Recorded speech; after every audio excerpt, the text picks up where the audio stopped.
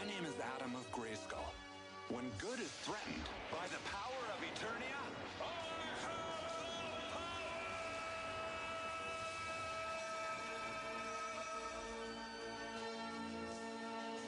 I was summoned to the future by the last of mankind to defend them in their hour of need.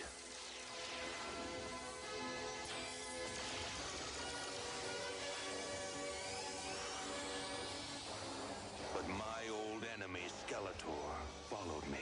Now, here in the future, he has found new allies to help him in his never-ending fight against all that is good. Yet on Primus, I too have found new brave friends and a new family. Thus, with the power of the good and the way of the magic, we struggle against the forces of darkness. Good against evil. The battle continues. Hello, this is OptimusSolo, and welcome to the 91st chapter in our Powers of GRAYSKULL series. With me, once again, for this journey into the Masters of the Universe franchise is the one and only TFG1Mike. Hello, I'm kind of ready for this because it's going to be all Transformers and Star Wars this week. No He-Man! Yeah, like we said last week, you can be ready for your drinking game anytime there's a Star Wars or Transformers reference. You have to drink while you're listening. So are you ready for another drunken trip to space, sir? Sadly, yes. All right, well, in this episode of Masters of Space, we'll be giving you our thoughts on the next 3 episodes of the series. Episode 25, Planet of Junk. There's your Transformers episode. Episode 26, Sanctuary. And episode 27, your Star Wars episode, Council of Clones. So we hope you're ready, because it's time to go back in space. And here's Perceptor for everybody. Perceptor, can you locate a place to set down for repairs? Gamma waves in this sector of space create marginal navigation probabilities. However, yes, I believe I can. The planet of junk is in this vicinity. Then let's go for it. Alrighty, everybody. Up first today is episode 25, Planet of Junk. We're still in October 1990. This is written by Francis Moss. On a space scrap place, Skeletor discovers dangerous weapons of a technically far superior species, and he abducts the scientists of Primus and forces them to repair the weapons. So they have basically crash landed on this planet/asteroid of junk. He gets the scientists up there to see if they can use these weapons and pieces of technology to their advantage. What did you think about the Planet of Junk? I'm going to let Retgar talk for me for a moment here. You check in, but you don't check out. Yep, that's right. It's a hotel, folks. This one was... It was okay. There's... Other than the fact that the scientists... The episode was okay, but they make it even worse. Thank God there was no scientists like this in Transformers. Like, outside of the actual Transformers that had science expertise.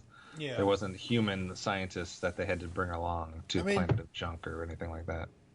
Yeah, that's true. Yeah, this is interesting that we're gonna, have this random place where there's, archaeological find here, I guess, that you're finding all this technology, weapons, etc., even though nobody knows how to use them, and you get to see some, it presents some funny moments as far as the mutants trying to work these weapons and backfiring, etc. So, all that's interesting. I think it's a good setup. Where it goes from there, though, is unfortunately not very exciting or good. So, it's a decent setup, decent idea. I don't know if the execution turns out, through the second half of the episode. So, we're going to take a quick break and see if there's some silver linings that we can find about the Planet of Junk. I am He-Man. Call She-Ra and me at 1-900-909-2233. We'll journey to distant worlds, explore the universe. And probably battle Skeletor along the way, huh? Probably, Orko. There's a new adventure every day. We'll also tell you how to get an action figure or this colorful poster. Get your parents' permission and call 1-900-909-2233. I have the power! All right, so good and bad moments of the Planet of Junk. Even though I said it's not a very good episode and the second half really falters, I do have more positive moments than not. I like the idea of a planet of old weapons and junk. I like the setup there, like I said before. I do, again, like seeing more of the Galactic Guardians as a team. We get to see that. And once again, we have one little funny line right off the beginning. Don't blame me if our insurance goes up again as the mutant's ship is being attacked. So... Yeah. And crashing on the planet of junk. So I did think that was funny. Anything good that you liked out of this episode? You missed the best part about this episode. What, did I miss Retgar? Was he in the background somewhere? No, not that. Well, kinda, sorta, not really, but Skeletor as the Ringmaster. That was hilarious. Yeah. And they had a little device on the planet of junk that could turn them into a different looking person, so kind of disguise them on a visual standpoint. And there's some interesting things, some clowns and ringmasters and like crocodile head things that they were turned into. So that was kind of amusing. I did forget about that. Any other good moments for you?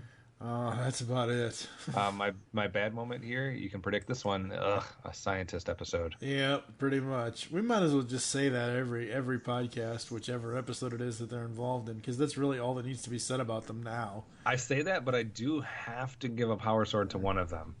God, why? Yeah, I gave a power sword to Geppel because he's the one that actually programs all the weapons to backfire on the mutants and saves the day. That's true, but I have to give a Havoc staff to the writer for that, and I'll explain that. I'll explain that in my Snake Mountain moments. Go for it. What's your other Snake Mountain moments? These scientists suck. Other than Geppel doing that, I feel like this episode started as one thing and ended up something else. Like, it felt like there was like a 180-degree turn in the middle of this. And the whole Geppel thing about re-engineering the thing and having He-Man go into the chamber, yada yada yada. Hey, look, a Superman 2 reference with the machine saving He-Man but zapping the mutants and Skeletor's strength. That's exactly what happened in Superman 2. Superman reversed the polarity of his rejuvenation thing or whatever thing, and instead of hurting him on the inside of the machine, it basically hurt the Kryptonians, Zod, and whatever the hell else their names are. I don't remember off the top of my head right now. I should, but it's been so long since I've seen Superman 2. But it's one of those... As soon as I saw that, I'm like, oh my god, this is so Superman 2. Anything else? That's it. Sorry, I can't respond too much to the Superman 2 reference since I've never seen it. So wait, you did see it, didn't you? I thought you watched that at one Was that point. the one I saw? I don't know. One or two. I've seen one or two of them. Right. As far as Havoc Staffs or Power Swords, you gave a Havoc Staff to the writer. Anything else? I give us Power Sword to Skeletor. He still has some really great lines, and him as the Ringmaster was hilarious. Yeah, I find this one, even though it is kind of just a generic episode for the most part, it did have a good first half. It did have a good setup. I did like the plot, kind of where it was starting. I just, like you said, halfway through it kind of goes into somewhere else once the scientists get involved, etc., that I didn't really care for. So it's just slightly enough to be above average for me at the 3. What do you give it? It's not even that I didn't care for it. I didn't get it. Like, I should be... A 1990 cartoon, I should be able to understand what the hell happened with the change, and I completely missed like why they changed the plot, or like mid writing and they decide, oh hey, we're not gonna do like no. What was the question? Your rating. Oh, 1. The only reason why it gets a 1 is Skeletor the Ringmaster. All right, so that does it for this one. Come back here in a second, and we'll try to find some solace in the sanctuary. Which apparently needs synopsis. What do we have here? It's Castle Grayskull. And it's mine. Not so fast, Beastman. He-Man! You can pit He-Man against Beastman, playing for the power of Castle Grayskull. You have to put the castle together. Beastman's escaping. The throne, Dad. Dad, you saved the castle. Castle Grayskull from the Masters of the Universe collection. He-Man and Beastman, each sold separately, from Mattel. Next up today is episode 26, Sanctuary, October 15th, 1990, written by Richard Merwin. And this one basically had to deal with the fact that the mutants had a laser cannon that they introduced at the very beginning, and the Galactic Guardians destroy that, and through that, Skeletor learned that this gas that was coming out of this was affecting the shield on Primus. So they basically create a machine out of this laser beam, etc., to funnel this gas onto the shield to eventually destroy the shield and get to Primus. So the idea here is that obviously all of the good guys are on Primus in their little sanctuary and trying to protect that from being disturbed by the gas that Skeletor and the mutants are funneling towards it. So what did you think of sanctuary and the setup there. I think my brain just exploded with that description because holy crap. Yeah, this is the green gas. The green gas. It's the evil green Hulk gas. It's an episode. That's all I have to really say. It's an episode of this show. Like, nothing stood out to me at all here. Yeah, it's, again, for like the 5th time in a couple weeks, or probably even more, first 10 seconds, here's this new gadget. Here's a big laser that we're going to use to win the day. So, just your typical gadget of the week. Turns into a little bit something else because the first gadget fails and we turn it into a second gadget. But other than that, same little thing that we're seeing in this. They have to try to get past the shields, and we're going to find 1,000 different ways that we're going to try to get past the shields and try to get to the planet. And they'll have to stop us from doing that over and over ad nauseum. Pretty much, yeah. All right, we'll take a break, see if there's anything good or bad that came out over the course of the 25 minutes that we had to watch this one. Is Snake Mountain ready to take on He-Man? Anytime! Snake Mountain, Battle Armor, He-Man, and Skeletor each sold separately. You put the mountain together. Batteries not included. Is your serpents ready to strike? Yes! Come, He-Man. Come to Snake Mountain. If you dare. Snake Mountain with Echo Microphone, new from the Masters of the Universe collection. Action figures each sold separately from Mattel. All right, I have one good moment for Palace of Eternos. It's interesting because at one point He-Man is being kind of weakened by what's going on, and Adam is, and he cannot become He-Man. Right. And so they have to kind of like cart him off and try to take care of him, but for some reason he has He-Man's sword, so he has to explain or try to figure out how to get around the fact that Adam has He-Man's sword. So I thought that was a good moment. Yeah, that was pretty good. Yeah, as far as bad moments, I hate when an episode starts with a fancy new gadget or weapon, and especially when there's no explanation of where it came from. It's different when it's like, oh, we found this on this planet, or so-and-so brought us this from here, or we uncovered this, doing some random digging or whatever. Right, there was some type of explanation. Instead, it's just like, hey, I have this brand new fancy laser thing. It's laziness in writing that you can't take 10 seconds and give us some type of reason for why they came across that weapon. Spend a minute out of your 20 minutes developing the plot. Yeah, exactly.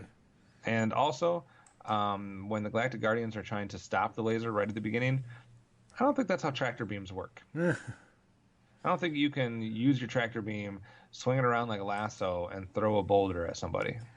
No. So, what the fuck? Yeah, that's a definite what the fuck moment. That was terrible. What did you think of good or bad things in this episode? Mostly bad. Like, I didn't write down a lot of stuff. I have no Eternos moments because just, oh god, this episode. But Flog crying at the end. Seriously? You're supposed to be this badass mutant leader, and you're crying. Mutants don't cry. There's no crying in New Adventures. I want to cry because this shit isn't over yet. Oh my god. Yeah. Power swords or havoc staffs? Power sword to Skeletor. That's about it. I got a havoc staff for Adam. For some reason, I didn't like him in this episode. I don't remember why, because this episode bored the crap out of me. But power sword Gurr. Yeah, Gurr was awesome. The dog, Skeletor's pet dog, Gurr, was great. So I give him a power sword. What about Galactic Guardian rating for this one? I give it a 1. Yeah, I give it a 1 too. All right, 1s from both of us. Ouch. Yeah. That's all there is to that. Folks, I'll tell you this right now. If we both have the same rating and agree, it's really bad. Yeah, that's unheard of. So it's the end of the world. Yeah. All right, only one left to suffer through today. Let's take a break and we'll get back to episode 27, Council of Clones, coming up next. Go get him, Dragon Walker! Go! Dragon Walker, Battle Armor, He-Man, and Skeletor and Merman each sold separately. Separate this way, He-Man! Batteries not included. What's that? Take that, He-Man! May the mightiest power prevail! New Dragon Walker vehicle for use with most Masters of the Universe figures. Action figures each sold separately from Mattel. All right. Last up today is episode 27, Council of Clones, October 16th, 1990, written by Ted Peterson and Francis Moss. Skeletor has been frequently bombarding one area of the shield of Primus, forcing the inner counselors to concentrate all of their energy on that sector. Mara says that she and the counselors desperately need rest. Master Sebrian is also tired from the recent attacks. Without the full power of the shield, the evil mutants will surely penetrate it. So Sebrian comes up with an idea to create clones of the council members to try to give them a rest while they can concentrate their energy and protect the shield. Once again, mutants try to get through shield. Good guys try to protect shield. What do you think about the Council of Clones? It was better than the last episode. That's not saying much. I'm just saying, it was better written and better executed than the last episode. Yeah. I mean, it's interesting, but again, same old thing. Trying to get through the shield, trying to protect the shield, blah, blah, blah. It's a weird that the good guys are the ones creating the clones on this one, though, because typically that's something that, you would see the bad guys do. They're going to create clones and try to impersonate them or try to do this, that, and the other, slave army, different stuff like that, like they did in Star Wars, etc. Drink. But in this time, it's the good guys, which I guess in Star Wars, the good guys did create the clones at one point, just with some kind of bad people posing as good guys. But anyway, any other thoughts on the plot? Nah. All right, let's take a break and come back and talk about Palace of Eternals and Snake Mountain.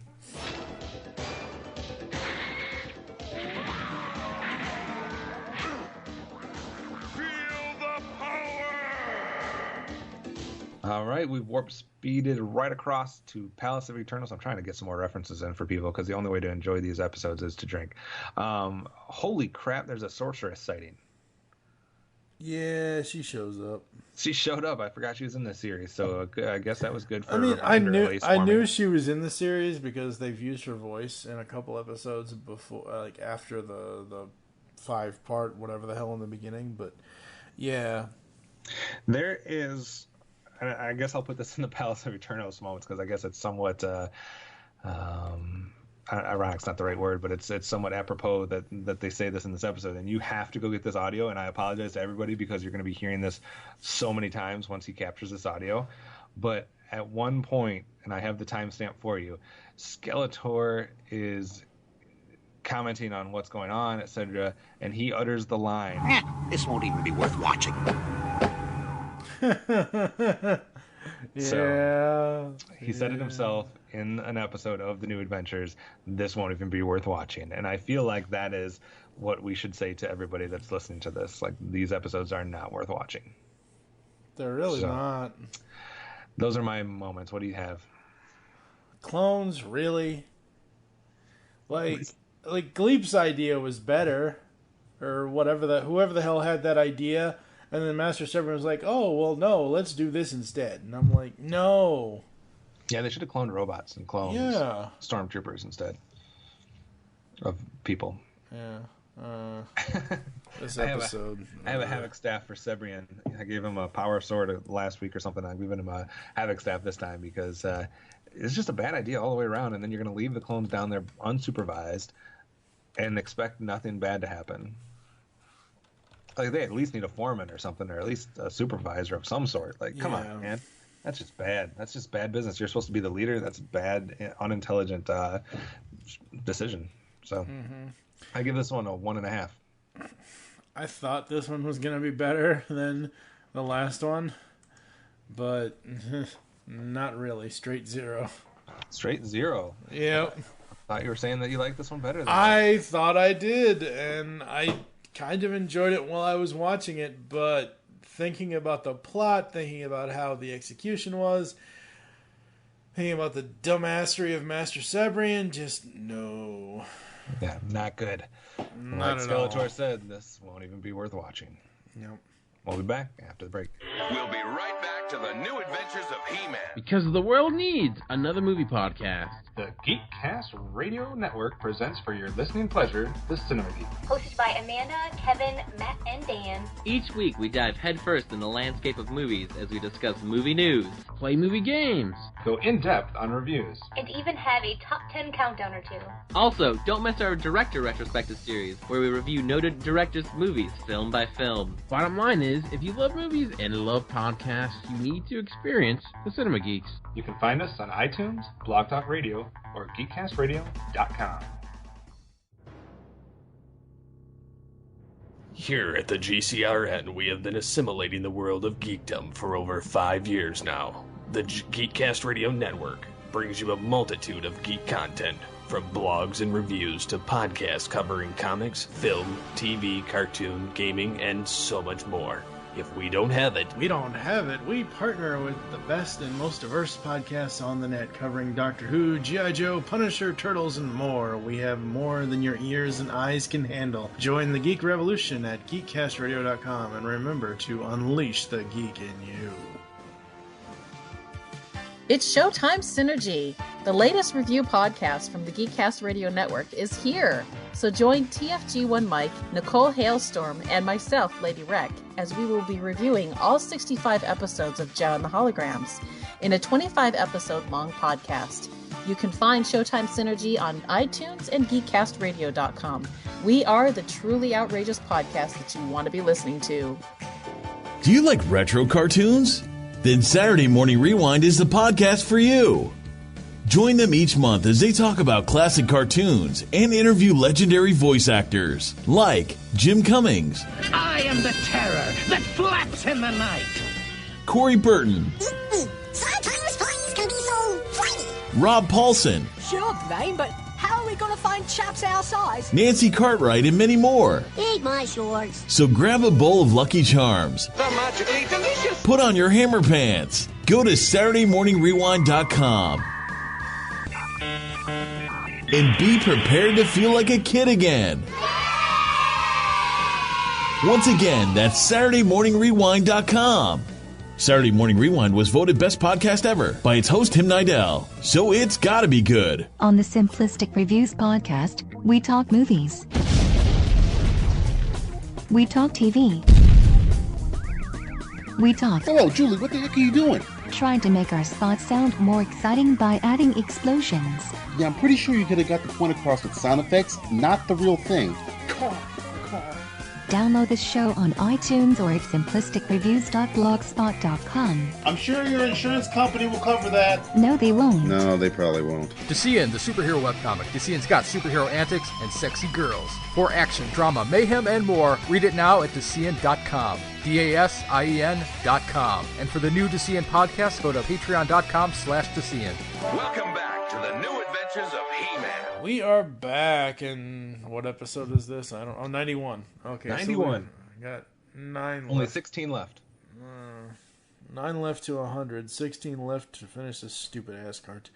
Seriously, I know we're being really super negative and we're cursing and yada, yada, yada, but this is an explicit podcast. If you guys haven't figured it out by now, tough on you, I guess. But yeah, no, let's hope not. I don't podcast for kids. No kid anyway. would listen to this because no kid would watch this episode and watch this series and be interested in somebody talking about the series. The only people listening to this episode is diehard He-Man fans or people that were kids in the 90s that enjoyed the series and want to live through nostalgia. Yeah, exactly. And please write in, tell us feedback at geekcastradio.com. I want to. Where are all the defenders? Yeah, really. Seriously, like, we're all the defenders of this series. Like, I want to see the other side because people told me that this was a better series because of the writing.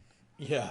So I heard over and over and over again, the stories are better, the writing's better, the characters are more fleshed out, there's more continuity, there's more development. I have not seen any of that. They have not spent a minute of time on, outside of one episode, I think, on... for Adam. One episode on Adam, and there was one episode on, not Flog, but the guy, the Slushhead, I think, Slushhead, yeah. Sort of. Outside of that, there's been nothing. We've got no backstory, really, for Hydra and for Flipshot, for any of the mutants, just anybody at all. Filmation did more than that. Yeah, exactly. And I swear to God, anybody writes in and says, oh, but the backstory for those, like Hydra and Flipshot, the backstory for those was written by Scott Nylick, toy guru from Mattel, when he was there, and it's on their action figure cards. Fuck no. Don't get me wrong. Scott, toy guru Nylick, did an amazing job when he was working at Mattel and all of that and everything else. But if I have to read a bio on the back of an action figure to get more character development for a cartoon that's, 27? Yeah, 27 years old, there's something wrong. Very, very wrong. Is the good writing still coming? I just want to know, like, where's the good writing? Did people think that some of the episodes that we've already covered was good writing? Because there's been like 2. Mm-hmm. There's been like 2, maybe 3 positive episodes, and we're through 27 now. Yeah, anything that 27 out of 65. Oh crap! Anything that for me that's 3.5 or above, that's good. Obviously, anything 3 and below, just even though we go by our GCRN universal rating system, like no, just no. No. So. Thank you for listening, if anyone is still listening to this, to the Masters in Space today. If you'd like to get in contact with us to leave feedback for the show, there are several ways to do so. Visit the website, geekcastradio.com, where you can comment on all of our other posts. This post, all the other posts for this podcast, all the other podcasts we do. Leave the show's feedback in iTunes. Please do this. Follow us on Twitter. You can follow at Pow of GRAYSKULL for the show. Also follow at Geekcast Radio for all the other network updates. I'm at TFG1Mike. What is your Twitter? I'm at OptimusSolo, and I have a feeling the only feedback we're going to get is from somebody saying that we're too negative. Yeah, probably. Why are we doing this? But hey, we were doing the whole series. You're going to have some good, you're going to have some bad. You don't always give every movie or every series a 10 out of 10. So nope. This is showing that we're not just blind fans just loving something because of nostalgia. Yeah, exactly. I mean, Gladiator has better scenes than this cartoon series. Ruffy. We hope you enjoyed the Space Tales today. Don't forget to join us in our next adventure. When we take a look at the next 3 episodes of the New Adventures of He-Man, including Cold Freeze, He-Kaz, and Slaves to the Machine. For now, I am TFG1Mike with... Only 16 episodes left, OptimusSolo. By the power of the good and the way of the whatever, we will catch you next time here on Powers of GRAYSKULL. Wake me when it's over. I'm going to get my beauty sleep. Oh, God. All right. Wait a minute. I'm dying over here, damn it. It's either that or I cough through everything you're saying. I can't mute it, so... Okay. I'm okay now, I think. All right, good. Thus, with the power of the good and the way of the magic,